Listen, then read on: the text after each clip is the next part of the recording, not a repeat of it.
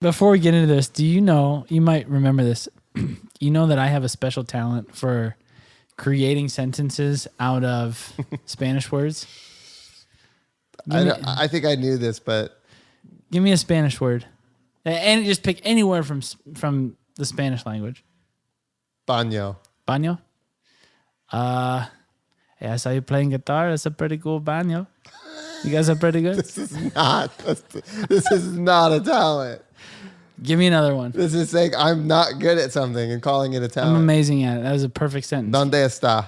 That's a phrase. I need a word. Lechuga. Lechuga? Hey man, you are a prisoner. We cannot let you go. Do you see what I'm saying?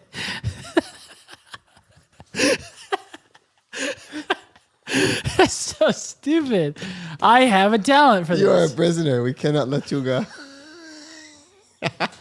So dumb. I want to just take this moment to apologize to everybody listening. I don't know if this will ever see the light of day, but... Welcome to the Humanity Sales Podcast, where we talk about the marketing revolution that's happening in tech consulting and how the best businesses are elevating their brand, amplifying their message, and selling more by being more human. We're your hosts, Brandon Triola. And I'm Nate Nettie. Let's get into it.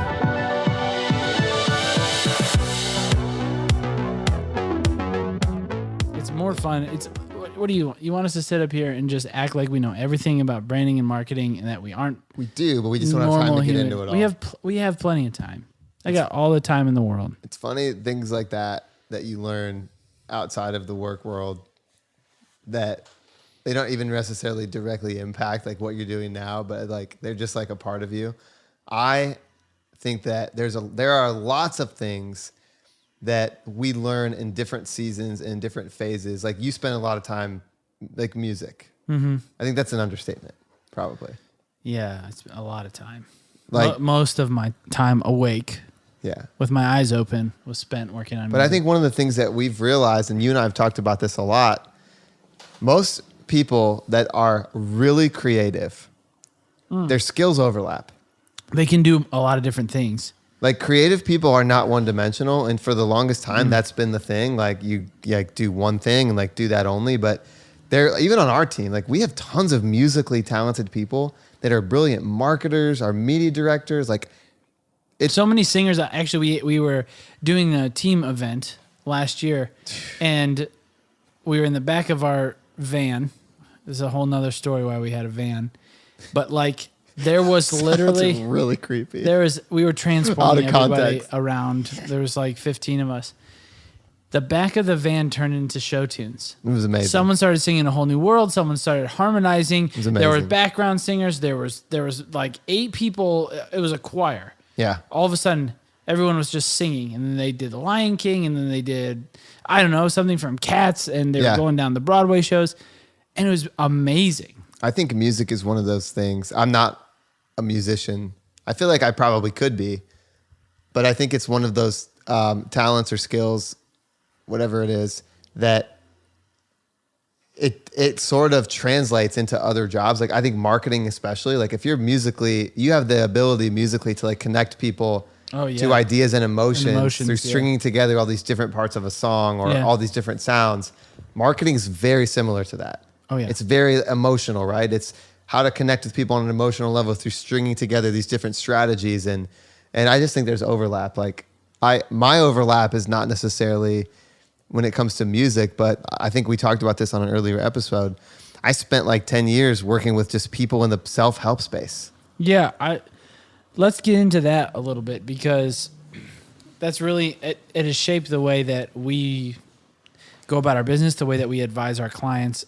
If you're just new to us right now, thank you for listening, by the way. Brandon, he spent a number of years running his own business. In the personal development space, a decade plus. I don't know the exact math. Personal development authors who have platforms, who are building audiences and followings and launching products.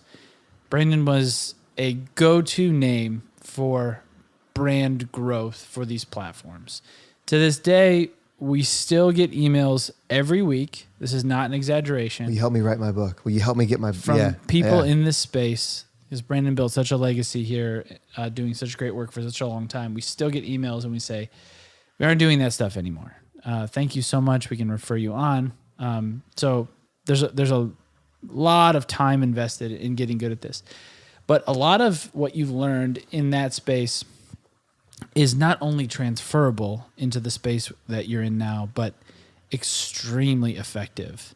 Would you be able to give us like maybe the top 3 things that you learned in that space and how they impact what we do now? I don't know if I can give you 3, but I'll try to give you some. I think the thing that I noticed right away is personal development gurus, right, are very similar to consultants in that they are people that deeply understand certain types of people, and they have spent decades building a methodology around how to overcome something or solve something.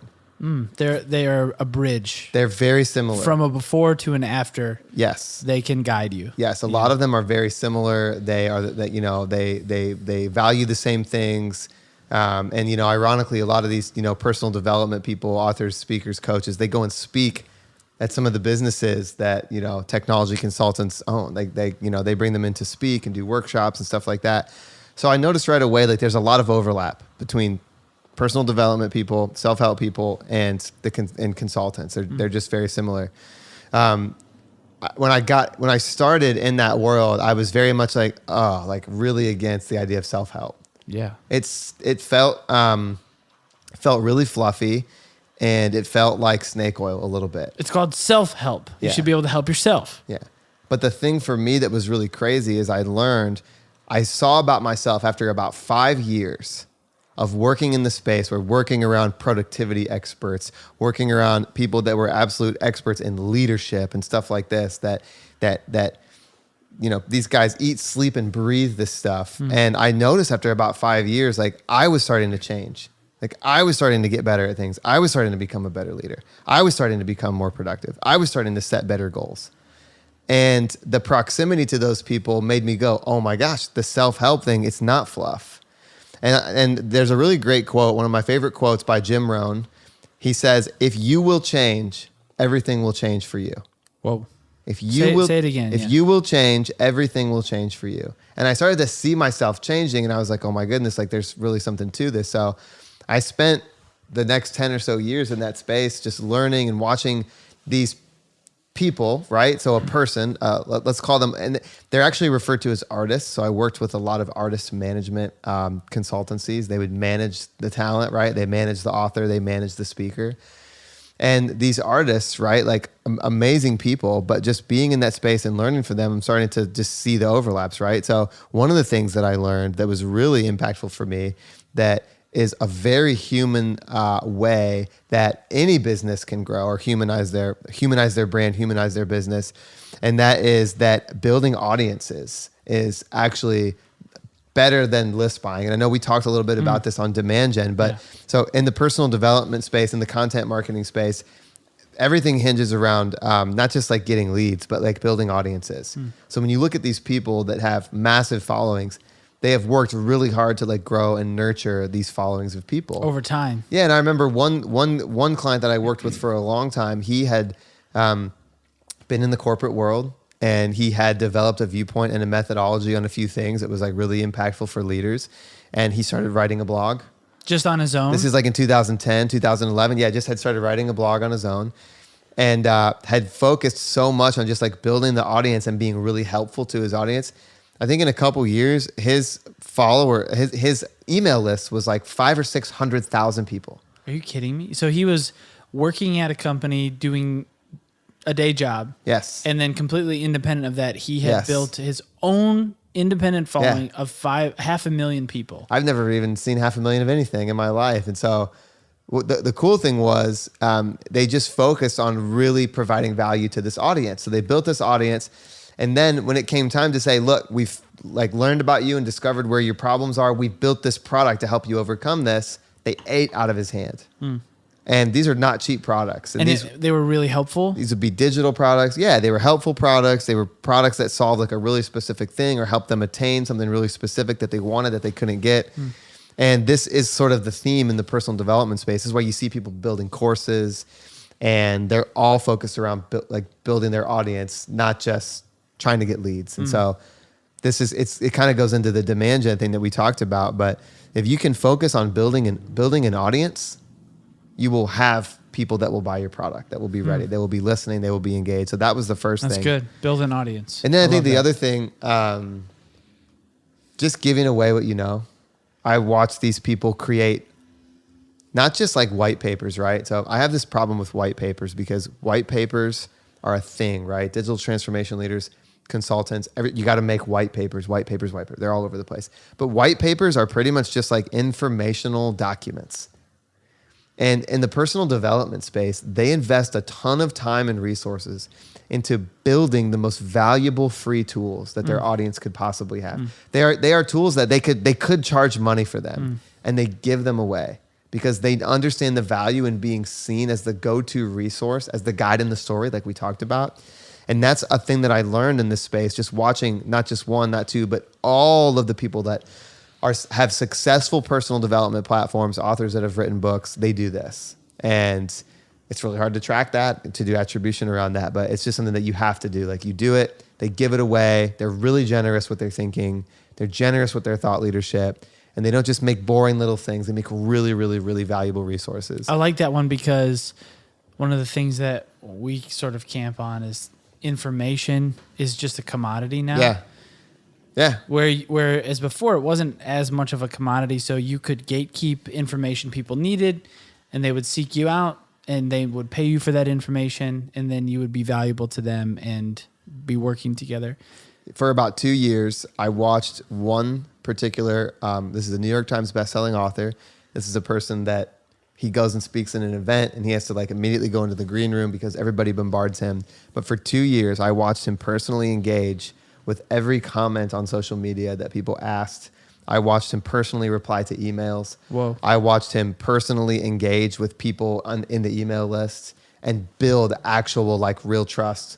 And that was like, oh my gosh, like just watching this person do that and the trust that it created with their audience was irreplaceable. I mean, this person was creating, at one point they had a $10,000 product.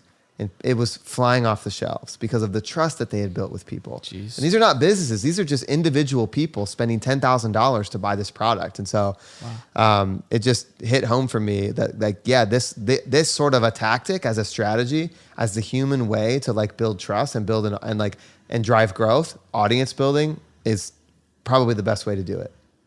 Love it. Yeah. Is there anything else from your time in the platform building? I think to tie all of it together, I would say the third thing is just, and we have talked about this as well, but like people trust people, not businesses. It's not that they don't trust businesses. They just trust people more. Like we talk about the trust transfer a lot. Trust is transferred person to person. Yeah. And people in the personal development space understand this. And so they make it a point and a strategic point to be the person front and center, transferring the trust, empathizing with the pains. They know their role as the guide in the story. And it's not even like a thing that, it's not like an egotistical thing where like they need to be front and center. A lot of these really successful personal development people, they're very humble, want to be behind the scenes, but they're so brilliant that they know that the trust is going to be transferred to them. So they prioritize doing their podcast, getting in front of the camera, creating products, creating content on a daily, weekly basis, video content, blog content. And the results are, I mean, unbelievable. I mean, some of these businesses are 3 or 4 people and they're $20, $30, $40 million businesses because of the power of trust, 4 people. because of the power of person-to-person trust. Yeah. And building an audience. Jeez Louise. I would say the takeaway for all of this is, yeah, right. Maybe we're in the wrong business here. If you're a tech consultant or a digital transformation leader of any kind, trust is transferred people to people. We talked about this. Find your practice leads, find your SMEs, figure out ways to start to build audiences around your brilliant people. And then give away what you know. That's the second thing. We've talked about that. And then really the third thing, like I said, build audiences. Focus on building audiences more than you focus on list buying. It's great. Thanks, man.